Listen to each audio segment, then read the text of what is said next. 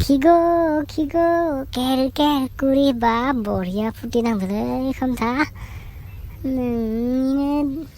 दिनलै अखरा फैसा थाखा दं आंहाबो मोजां अबयसे फायबाय थानो मोनबा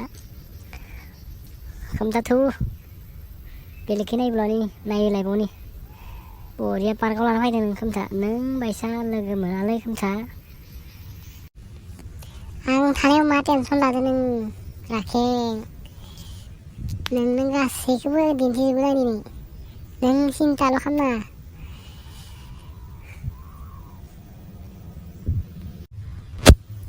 मालायनि सायाव फुरथि खालामनो सुवा ना नोंखो र' नोंखो दिनै गारनासो थांनाय जागोन नोंखो आं अखरा मा होनदो माबा खोनादों आं